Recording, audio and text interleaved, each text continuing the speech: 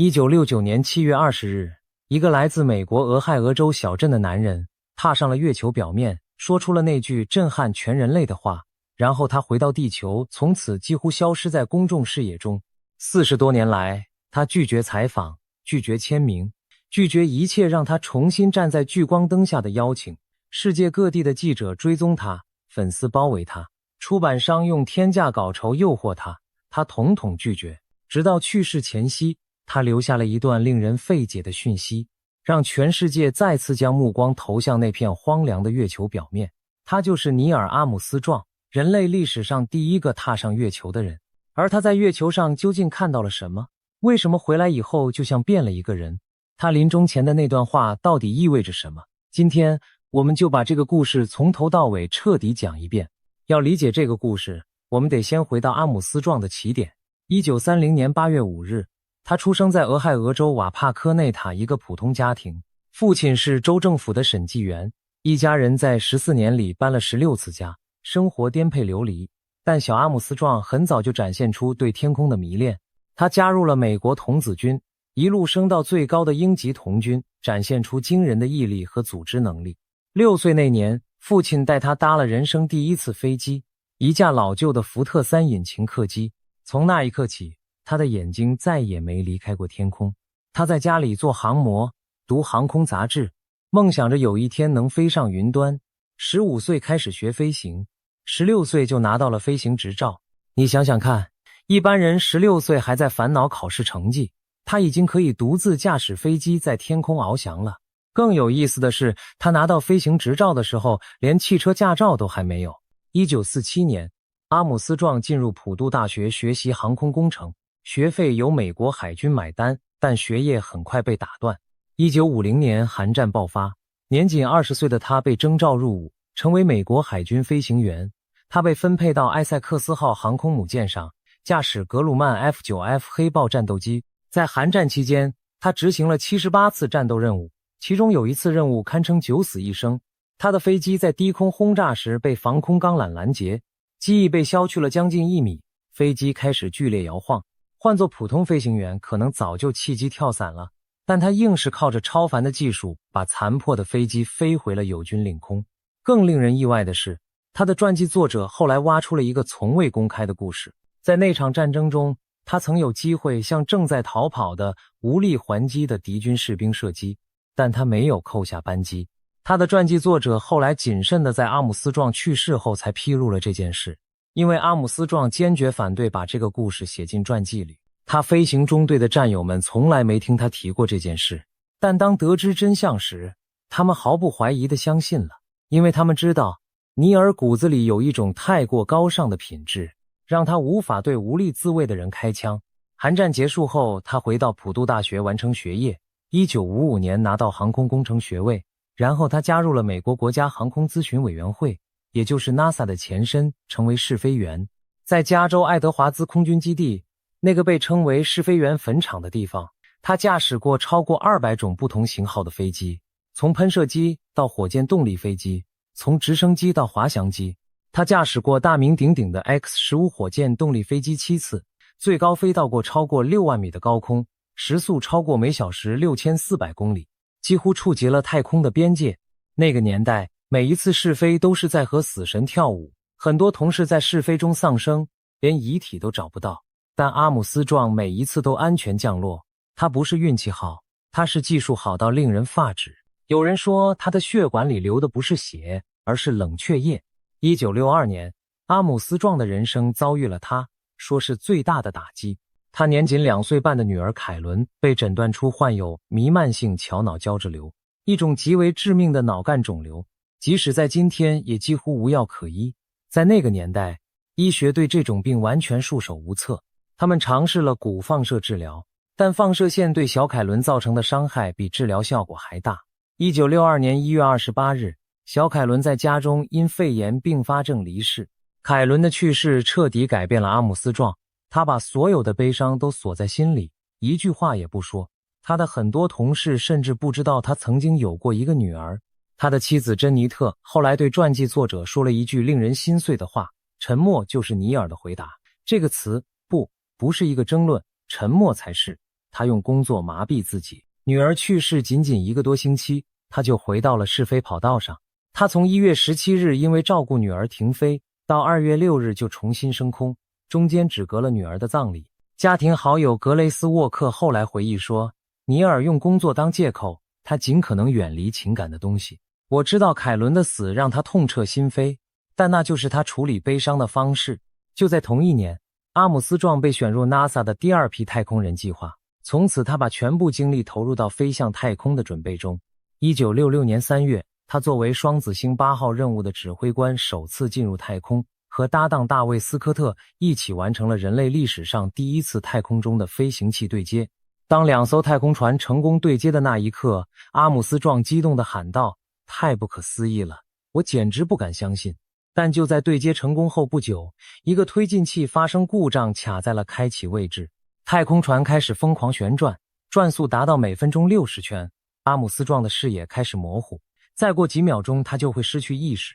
就在千钧一发之际，他用载入系统的推进器恢复了太空船的控制，但任务不得不紧急终止，他们被迫在西太平洋紧急降落。换做别人，可能从此心理崩溃，再也不敢上天。但他回到地面后像什么都没发生一样继续工作。1968年5月，另一次差点要了他的命。他在测试月球筑路研究飞行器时，那台外形像蜘蛛一样的机器在离地面大约60米的高度突然失控，开始冒烟打转，距离坠毁只剩不到1秒钟。他拉动了弹射座椅的手柄，降落伞打开的时候，他离地面只有几十米。他毫发无伤地降落在地面上，而那台飞行器在他身后炸成了一团火球。然后呢？然后他拍拍身上的灰尘，走回办公室，坐到桌前继续看文件，仿佛刚才只是出去上了个厕所。同事们是在看到停车场上的消防车和残骸时，才知道他差点死掉。就是这样一个人，钢铁一般的神经，冰川一般的冷静，但骨子里藏着一颗因为失去女儿而碎裂了的心。1968年12月23日，就在阿波罗8号绕月飞行的同时， NASA 的太空人选拔主管迪克·斯莱顿把阿波罗11号指挥官的位子给了阿姆斯壮。但要理解这件事的意义，你必须知道当时的时代背景，这是冷战最激烈的年代。苏联在1957年发射了人类第1颗人造卫星史普尼克，1961年又把尤里·加加林送上了太空，成为第1个进入太空的人类。美国被打了个措手不及，举国上下陷入恐慌。就在那一年，甘乃迪总统向全国发出了那个历史性的号召，我相信这个国家应该致力于在这个10年结束之前将1个人送上月球并安全带回地球。这不仅是科学竞赛，更是关乎国家尊严和意识形态的生死之战。阿波罗计划巅峰时期动用了超过40万人，耗资相当于今天的数千亿美元，而最终承担这个历史重任的是一个从不出风头的俄亥俄工程师。斯莱顿甚至提出可以让他换掉搭档奥尔德林，换成经验更丰富的吉姆·洛威尔，但阿姆斯壮想了1天后拒绝了。他说和奥尔德林合作没有问题，而洛威尔的资历配得上自己指挥一次独立任务。这就是阿姆斯壮在最高光的时刻依然在为别人助想。1969年7月16日上午9点32分，土星5号运载火箭喷射出巨大的火焰，阿波罗11号从甘乃迪太空中心直冲云霄。太空船上有3个人，指挥官阿姆斯壮、登月舱驾驶员巴兹·奥尔德林以及指挥舱驾驶员麦克·柯林斯。柯林斯后来形容他们3个人是友善的陌生人，他们专业配合天衣无缝，但私下里几乎不社交，吃完午饭各走各的，下班了也不会约出去喝一杯啤酒。3天后的7月20日，当太空船绕到月球背面时，阿姆斯壮和奥尔德林进入登月舱鹰号，与柯林斯驾驶的指挥舱哥伦比亚号分离。阿姆斯壮开玩笑地说，鹰有翅膀了。柯林斯在轨道上目送他们离去，他将独自绕月飞行，在月球的背面与地球完全失去联系，成为有史以来最孤独的人。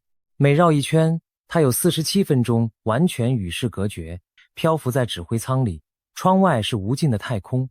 如果阿姆斯壮和奥尔德林在月球上出了任何差错回不来，他就必须独自返回地球。据说 NASA 甚至准备好了一份悼词，以防万一。但柯林斯后来说他从未真正担心过，因为他相信他的2位战友。接下来发生的事情是人类航太史上最惊心动魄的12分钟。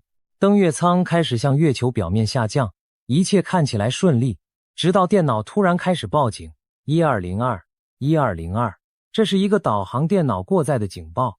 阿姆斯壮和奥尔德林在训练模拟中从未见过这个数字，地面控制中心的气氛瞬间凝固。飞行控制员史蒂夫·贝尔斯大喊：“飞行主管，我快到终止上线了！”就在所有人都准备叫停任务的时候，一位26岁的工程师杰克·加曼翻出了一张他在之前演练中潦草写下的便条。他建议，如果警报只是偶发的，任务可以继续。一张便条拯救了人类最伟大的冒险，但危机远没有结束。电脑持续报警，1202，1201，反反复复。阿姆斯壮决定接管手动控制，他从窗口望出去，发现电脑正带着他们飞向一片遍布巨石的区域。那些石头后来被确认是来自西陨石坑的喷射物，每一块都有小汽车那么大。如果降落在那里，登月舱会翻覆，他们会死在月球上。阿姆斯壮按下手动控制按钮，开始用肉眼搜索安全的注入点。地面控制中心的飞行主管吉恩·克兰兹下令：“好的，从现在起，唯一的报数就是燃料。”通讯员扎里杜克开始倒计时，60秒。这不是离着陆还有60秒，而是离燃料耗尽还有60秒。如果燃料耗尽而他们还没有着陆，就必须立即启动紧急上升程序，放弃登月，否则他们会像石头一样砸在月球上。阿姆斯壮扫过一个陨石坑，又绕过一片乱石区，终于看到了一小块相对平坦的地面。30秒。站在扎里杜克身后的首席太空人斯莱顿低声说：“闭嘴，扎里，让他们降落。”阿姆斯壮的心跳飙升到每分钟150次以上，但他的手稳如磐石。登月舱引擎掀起的月球尘土像薄雾一样遮蔽了视野，但他注意到几块突出的大石头，用它们作为参照物判断飞行速度和高度，距离月球表面30米、20米、10米。然后登月舱底部悬挂的67英寸长的探测杆触到了月球表面。奥尔德林立刻喊道：“接触灯亮了！”阿姆斯壮本应在这一瞬间立刻关闭引擎。工程师们担心引擎喷射到月球表面的反射压力可能引发爆炸，但在那一刻他忘了。3秒钟后他才关闭引擎，鹰号稳稳落地。他按下通讯按钮，说出了那句让地面控制中心爆发欢呼的话：“休斯顿，这里是近海基地，鹰已注入。”地面的回复带着明显的颤抖：“收到你了，近海基地，我们都收到了。你们让这里一群人差点停止呼吸，我们现在终于又能喘气了，非常感谢。”而飞行主管克兰兹发现，当他终于把手从控制台上抬起来时，掌心全是汗水，几乎被粘住了。但他不能休息，因为降落后的头2分钟是最关键的。如果登月舱的任何一条腿踩在石头上突然滑动怎么办？如果注入时损坏了某个关键系统怎么办？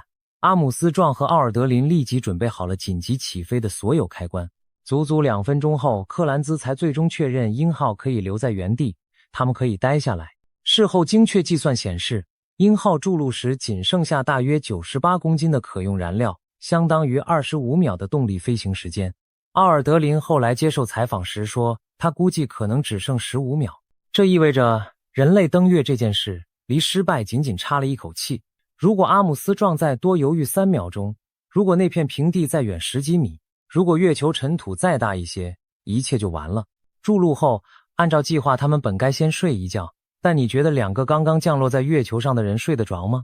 当然睡不着。他们决定提前开始舱外活动。经过漫长的准备，6个多小时后，阿姆斯壮打开了鹰号的舱门。1969年7月20日晚上10点56分，美国东部时间，他的左脚踏上了月球表面。全球超过6亿人通过模糊的黑白电视直播见证了这一幕。他说出了那句举世闻名的话：“这是一个人的一小步，却是人类的一大步。”有趣的是，这句话是他自己想的，不是 NASA 写的。他后来说，直到离开登月舱前不久才最终确定措辞。但他的哥哥迪恩在2012年声称，尼尔早在发射前几个月就给他看过这句话的草稿。真相如何，只有阿姆斯壮自己知道了。但对阿姆斯壮来说，真正的情感高峰并不在踏出那一步的瞬间。他后来对历史学家安德鲁查金说：“在我看来，真正让人激动的是注入那一刻，那才是人类与月球的接触。我们离月球表面是8英尺还是2英寸，在我看来并没有太大区别。我根本不会特别在意走出太空船踏上月球表面那一刻，除了媒体和所有人都把它炒得那么大。阿姆斯壮和奥尔德林在月球表面行走了大约2个半小时，他们部署了科学仪器，包括一面至今仍在使用的镭射反射镜和一台地震仪。他们收集了大约 21.5 公斤的月球岩石和土壤，他们插上了美国国旗，读了登月纪念名牌上的文字。尼克森总统还从白宫打电话和他们通话。在这整个过程中，大部分照片都是阿姆斯壮拍的，所以月球上他本人的照片少之又少。他总是把镜头对准别人，把自己藏在相机后面，就像他一辈子做的那样。然后在月球行走即将结束的时候，阿姆斯壮做了一件超出任务计划的事情，他独自跑向了一个叫做小溪陨石坑的地方。这段路程大约60米，离登月舱有3分钟的路程。在整个登月行动中，这是唯一一个不在任务脚本里的动作。地面控制中心已经在催促他们回舱了，说他们在外面待得够久了，但阿姆斯壮还是跑了过去。他的心跳一度飙升到超过180次，电视摄影机没有对准他。没有人知道他在那个陨石坑边做了什么，也没有人知道他为什么非要在那个时刻跑过去。他在那里待了几分钟，然后独自走了回来。几十年来，这短短几分钟成了阿姆斯壮最大的谜团之一。他的传记作者汉森在研究了4年之后，提出了一个让人心碎的猜测：也许阿姆斯壮带了什么东西到月球上，留在了那个陨石坑里。什么东西？也许是他已故女儿凯伦的一件遗物。太空人们带私人物品到月球上并留下纪念品是常有的事。奥尔德林就在月球上留下了阿波罗1号殉难太空人的任务徽章。阿波罗16号的太空人渣里杜克把全家福照片留在了月球上。汉森曾向阿姆斯壮要他的个人物品清单，阿姆斯壮却说弄丢了。这在一个对每一个螺丝钉都了如指掌的工程师身上极不寻常。后来人们发现那份清单其实被存放在普渡大学的档案馆里，被密封保存直到指定日期。阿姆斯壮带了莱特兄弟首飞，飞机上的一小片木头和布料，带了妻子的金橄榄枝别针，带了大学兄弟会的徽章，还有一些他只含糊地说是给其他人的东西，但他从来没有承认或否认是否带了凯伦的遗物。汉森问了阿姆斯壮的姐姐琼恩，你觉得他会不会带了凯伦的什么东西到月球上？琼恩的回答是，我由衷的希望如此。想象一下那个画面，一个把悲伤锁了7年的父亲，在月球上独自站在陨石坑边，手里也许握着女儿的一件小东西。那一刻，他终于可以不被任何人看到，在38万公里之外，在这片亘古以来从未有人踏足的荒原上，和他最想念的小女孩说一声再见。1969年7月24日，阿波罗11号在太平洋成功降落，3位太空人被送上大黄蜂号航空母舰，穿上生物隔离服，然后被关进一个改装过的露营拖车里。尼克森总统亲自到场迎接，但只能隔着玻璃窗和他们说话。接下来他们被转移到休斯顿的月球接收实验室，被隔离了整整21天，以防带回任何可能危害地球的月球微生物。阿姆斯壮在隔离期间迎来了他的39岁生日，3个刚从月球回来的男人在一个密封的房间里给他庆祝生日，场景既荒诞又温馨。然后就是排山倒海的庆祝活动，纽约市的纸片大游行，芝加哥的欢迎仪式，洛杉矶的庆功宴，白宫的接见，还有环球20多个国家的巡回访问。阿姆斯壮一夜之间成为地球上最著名的人，没有之一。他收到的粉丝来信每天多达1万封。NASA 专门安排了秘书帮他处理信件，但仍然应接不暇。但这恰恰是噩梦的开始。他的儿子马克后来说，每个人都想从他身上得到一些什么，走到哪里都被包围，每一次出门都像是一场围猎。一开始他还能应付，但很快就开始感到窒息。1971年，他从 NASA 辞职，先是在 NASA 总部担任了2年航空副主管，然后转到辛辛那提大学担任航空工程教授。这个选择在外人看来简直不可思议。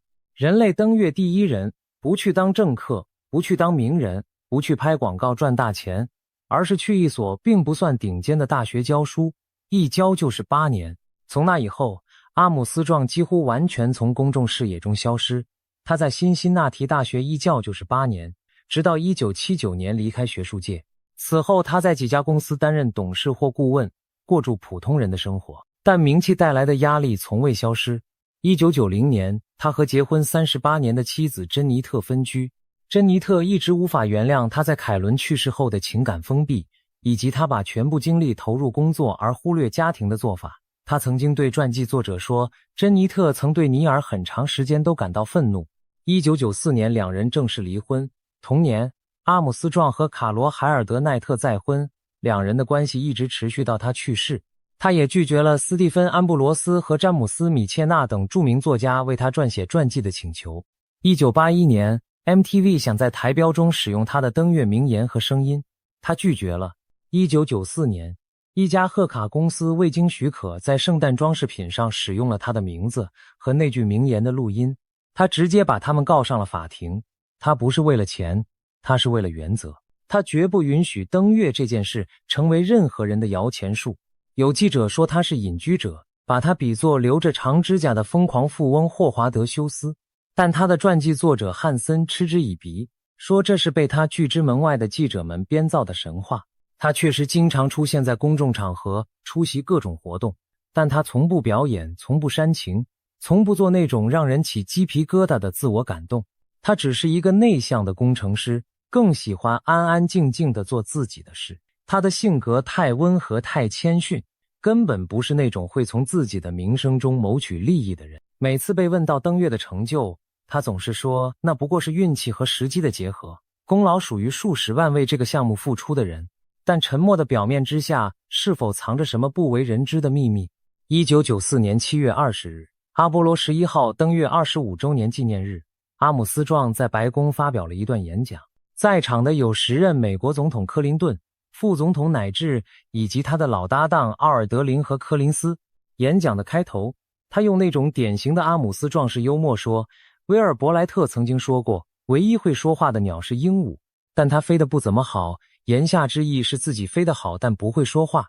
全场笑了，但谁也没料到接下来那段话会让全世界讨论30年。他说，在太空时代，我们将对宇宙的认知扩展了1000倍。今天在座的有一群学生，他们是美国最优秀的年轻人。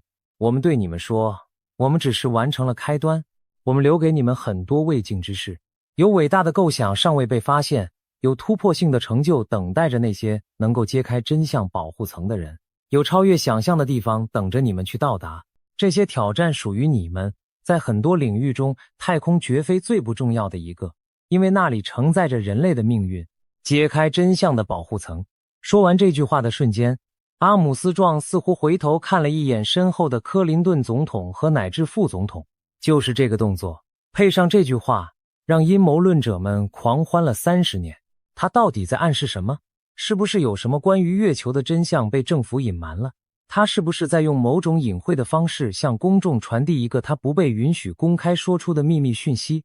客观地看，这段话的语境是一位前辈科学家在勉励年轻后辈继续探索真相的保护层，完全可以理解为大自然保护着自身秘密的层层面纱，就像每一位科学家在实验室里所面对的那样。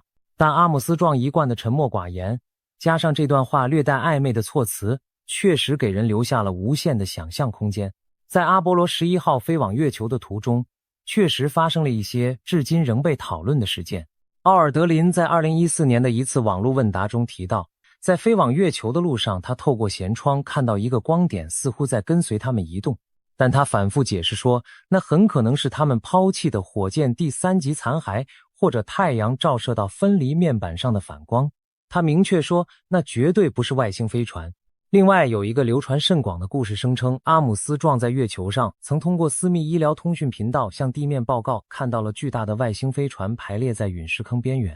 但这个故事已被追溯到科幻作家奥托宾德散布的恶作剧。NASA 在1970年的官方声明中明确表示，经过15年的载人太空飞行，太空人没有带回任何关于外星飞行器的证据，而且阿波罗11号的所有通讯都是未加密公开广播的，包括苏联在内的全世界都在监听。如果真有外星人的对话，苏联人怎么可能帮美国人保守这个秘密？然而，确实有个别太空人后来表达了更开放的态度。阿波罗14号的埃德加·米切尔，月球上行走过的第6个人，在退役后成立了心智科学研究所，晚年公开声称从可靠渠道得知地球曾被外星文明造访，但他也承认自己从未亲眼见过。阿姆斯壮本人对这些话题自始至终保持沉默，既不承认也不否认。2005年，阿姆斯壮终于同意让历史学家汉森为他撰写传记《登月先锋》。在此之前，他拒绝了无数类似请求。2006年，他罕见地接受了 CBS 60分钟节目的采访。记者问他月球是什么样的，他说，在阳光下那是一个非常明亮的表面，地平线看起来离你很近，因为月球的曲率比地球大得多。那是一个有趣的地方，我推荐去看看。登月变成了旅游景点推荐，这就是阿姆斯壮式的冷幽默。2010年，一向低调的他却罕见地重返聚光灯，到国会作证反对削减太空计划。他忧心忡忡地警告美国正在失去太空领域的领导地位。他看得比任何人都远，他知道太空不是历史书里的章节，而是人类未来的战场。然而2年后，一切突然结束了。2012年8月初，82岁的阿姆斯壮因冠状动脉疾病在辛辛那提的仁慈健康费尔菲尔德医院接受了心脏搭桥手术。手术本身算是成功的，但标准的术后恢复过程中出了严重问题。护士在拆除他心脏上的临时起搏器导线时，阿姆斯壮开始内出血，血压急剧下降。医院把他送进了导管室而不是手术室。一位来自宾夕法尼亚大学的心脏外科副主任后来在医疗评估中用大写字母写道，送去导管室是那个最大的错误。另一位来自耶鲁医学中心的专家也认为这个决定让情况变得更加危险。2012年8月25日，手术后仅2周，尼尔·阿姆斯壮去世，享年82岁。他的家人发表了一段声明，最后一段至今让人读之鼻酸。他们说，对于那些想知道如何纪念尼尔的人，我们有一个简单的请求，以他的服务精神成就和谦逊为榜样。下次当你在晴朗的夜空下散步，看到月亮向你微笑时，想想尼尔·阿姆斯壮，然后对他眨个眼。按照阿姆斯壮生前的意愿，家人没有举行国葬，他的遗体被火化，骨灰于2012年9月14日从菲律宾海号军舰上撒入大西洋。那一天，全美国将半旗致哀。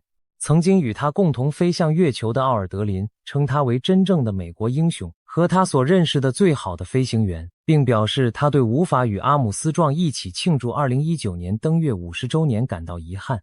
国会议员们曾呼吁为他举行国葬，但他的家人深知他一定会反对这种高调的仪式，于是选择了在辛辛那提举行私人葬礼。这就是阿姆斯壮，即使在死后，他依然在用沉默做选择。但故事还没有结束。阿姆斯壮去世后几个月，他的遗孀卡罗在整理他的衣橱时发现了一个白色布袋。他打开一看，里面装满了各种看起来像是太空船零件的小东西。他拍了照片，发邮件给史密森尼国家航空太空博物馆的阿波罗收藏策展人艾伦·尼德尔。尼德尔看到照片后几乎从椅子上跳了起来，他立刻认出了那个袋子，那是所谓的麦迪维特手提袋，以阿波罗9号指挥官麦迪维特的名字命名，一种在登月舱中使用的临时储物袋。经过1年多的仔细研究，专家团队确认袋子里的所有物品都来自阿波罗11号的登月舱鹰号，其中最珍贵的是一台16毫米数据采集摄影机，就是那台架在登月舱右侧窗口，拍下了人类首次登月下降过程，拍下了阿姆斯壮踏出第一步，拍下了他和奥尔德林插上美国国旗的摄影机。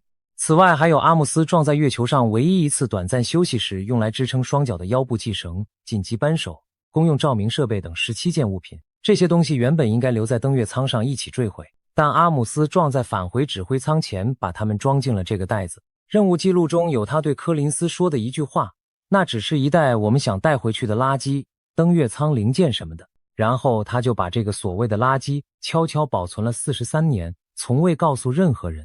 他的传记作者汉森也对这个袋子的存在一无所知。43年，他把拍下人类最伟大时刻的摄影机藏在衣橱里43年。他甚至在传记作者问起登月纪念品时也只字未提，就像他把女儿的悲伤藏了一辈子一样，他也把月球的记忆藏了一辈子。也许对他来说，那不是什么需要展示的战利品，而是一段只属于他自己的私密回忆。2019年7月，登月50周年纪念日前夕，纽约时报爆出了最后一个震惊世界的秘密。阿姆斯壮的2个儿子马克和里克在2014年对仁慈医疗系统提起了医疗过失致死诉讼。他们指控医院的术后护理失误直接导致了父亲的死亡。医院否认过失，但为了避免公开诉讼带来的负面影响，秘密支付了600万美元的和解金。马克和里克各分得约260万美元，阿姆斯壮的兄弟姐妹各得25万美元，6个孙子孙女各得2万4千美元。他的遗孀卡罗没有参与诉讼。他对记者说：“我没有参与，请记录在案。”据报道，他认为阿姆斯壮本人一定会反对提起诉讼。一个在战场上躲过子弹的人，一个在太空中多次与死神擦肩的人，一个在月球注入时只剩10几秒燃料的人，最终却因为一个护士拔导线的操作失误和一个错误的转送决定，永远离开了这个世界。命运真是残酷的令人无言。有趣的是，如果我们把阿姆斯壮和其他登月太空人做比较，就会发现他的选择是多么的独一无二。他的搭档奥尔德林在登月归来后陷入了严重的抑郁症和酒精依赖，他后来写了多本自传，公开谈论自己的心理创伤和康复之路。阿波罗14号的艾德加·米切尔则走向了完全相反的方向，他迷上了超自然现象和意识研究，成为了一个公开宣称外星人存在的代言人。阿波罗15号的詹姆斯·欧文则找到了宗教，他创办了一个基督教机构，说自己在月球上感受到了神的存在。阿波罗16号的扎里·杜克也成为了虔诚的基督徒，说月球之旅让他重新认识了信仰的力量。而阿波罗12号的指挥官皮特·康拉德性格和阿姆斯壮完全相反，他是一个话匣子，总是在开玩笑。他踏上月球的第一句话就调侃阿姆斯壮说：“哇哦，对尼尔来说那是一小步，但对我来说这可是一大步，因为康拉德个头比阿姆斯壮矮很多。”每个踏上月球的人都被那次经历深深改变了，但改变的方式各不相同。有人选择倾诉，有人选择信仰，有人选择逃避。只有阿姆斯壮选择了沉默，不是压抑的沉默，不是痛苦的沉默，而是一个看透了的人的沉默。他曾经说过一句话可以作为注脚，他说：“科学家发现的每一个答案都会引出10个新的问题，我们对宇宙的理解仍然只是沧海一粟。”而说到太空探索的未来，阿姆斯壮在晚年最担心的就是人类会放弃这条路。他目睹了1972年阿波罗17号之后长达数十年的登月空白期。他在2010年向国会作证时，几乎是在恳求美国不要放弃太空计划。如果他能活到今天，看到美国的阿提米斯计划终于准备重返月球，他大概会欣慰地微笑，但他也一定会用那种冷静到近乎残忍的口吻提醒我们，别太得意，我们不过是刚刚开始而已。月球只是太空的门槛，门槛外面是整个宇宙。让我们回到最初的问题，阿姆斯壮到底为什么在登月归来后选择沉默？也许答案比任何阴谋论都简单，也都深刻。他不是在隐瞒什么惊天秘密，他是一个工程师，一个试飞员，一个把内向刻进骨头里的人。他不善言辞，他自己承认过。在登月后的记者会上，有人问他打算如何恢复正常的私人生活，他笑着回答：“这取决于你们。”他的沉默不是因为害怕，而是因为敬畏。想象一下，你站在月球上，回头看着地球，那是一个苍白的蓝色弹珠，悬浮在无尽的黑暗中。在那个弹珠上有几十亿人在争吵，在战争，在为了微不足道的事情焦头烂额。而你站在38万公里之外，看着边界消失，看着国界消失，看着所有人类引以为傲的伟大建筑都变成了肉眼不可见的尘埃。这种体验会深刻的、不可逆转的改变一个人。阿姆斯壮回到地球后，他不是变成了一个怪人，他是变成了一个看过全貌的人。当你见过了最大的格局，你怎么可能还对那些琐碎的名利场感兴趣？他选择教书，因为他想把知识传给下一代。他选择沉默，因为对他来说，月球上那一步已经说尽了一切，多说一个字都是多余的。